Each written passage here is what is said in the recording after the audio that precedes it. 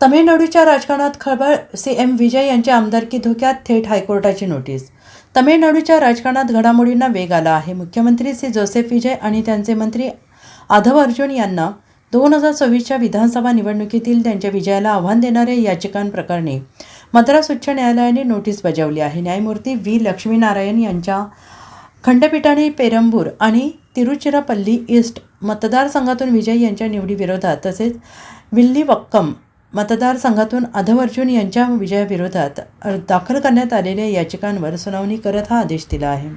मुख्यमंत्री विजय आणि TVKचे प्रमुख नेते मंत्री आधव अर्जुन यांच्या विरोधात एकूण 6 निवडणूक याचिका दाखल करण्यात आलेल्या आहेत. मुख्यमंत्री विजय यांच्या विरोधात 4 याचिका दाखल करण्यात आलेल्या आहेत. यापैकी 3 याचिका पेरंबूर विधानसभा मतदारसंघातील त्यांच्या विजयाला आव्हान देणाऱ्या असून त्या दिनेश RD शेखर, DMK उमेदवार आणि TN लक्ष्मी नरसिंहन यांनी दाखल केल्या आहेत. तर तिरुचिरापल्ली ईस्ट मतदारसंघातील विजयाविरोधात इनिगो हृदयराज यांनी स्वतंत्र याचिका दाखल केली आहे. तर मंत्री आधव अर्जुन यांच्या विरोधात विल्लीवक्कम विधानसभा मतदारसंघातील विजयाविरोधात शिवराज आणि कार्तिक मोहन यांनी याचिका दाखल केल्या आहेत.